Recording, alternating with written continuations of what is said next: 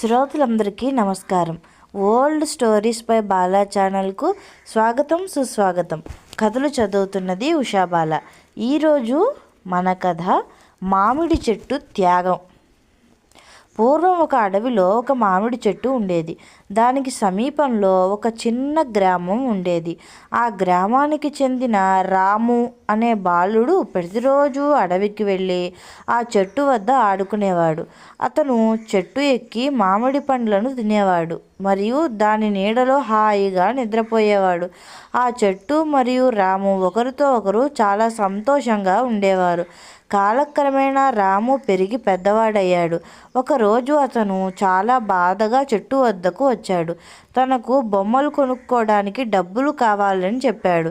అప్పుడు ఆ చెట్టు, నా దగ్గర డబ్బు లేదు, కానీ నువ్వు నా మామిడి పండ్లను కోసి అమ్ముకో, దానివల్ల నీకు డబ్బు వస్తుంది అని చెప్పింది. రాము సంతోషంగా పండ్లను కోసుకొని వెళ్ళిపోయాడు. కానీ చాలా కాలం వరకు తిరిగి రాలేదు.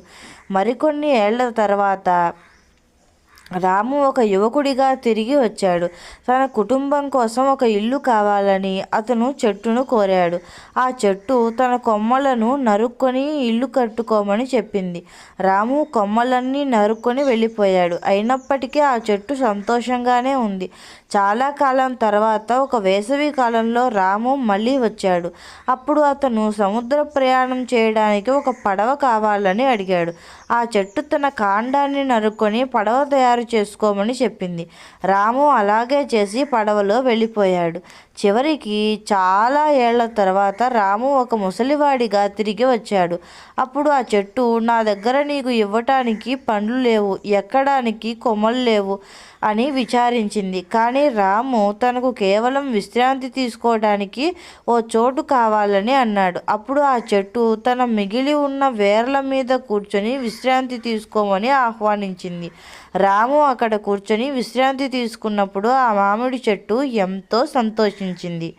ఈ కథలోని నీతి: చెట్లు మనుషులకు నీడను, పండ్లను మరియు కలపను ఇచ్చి తమ జీవితాంతం సేవ చేస్తాయి. కానీ మనుషులు తమ స్వార్థం కోసం వాటిని దయ లేకుండా నరికేస్తున్నారు. మనం కొత్త మొక్కలను నాటలేకపోయినా కనీసం ఉన్న చెట్లను అయినా నరకకుండా కాపాడుకోవాలి. కథ కంచికి మనం ఇంటికి.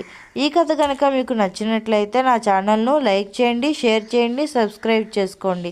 మళ్ళీ మరొక మంచి కథతో కలుద్దాం. అంతవరకు నమస్కారం.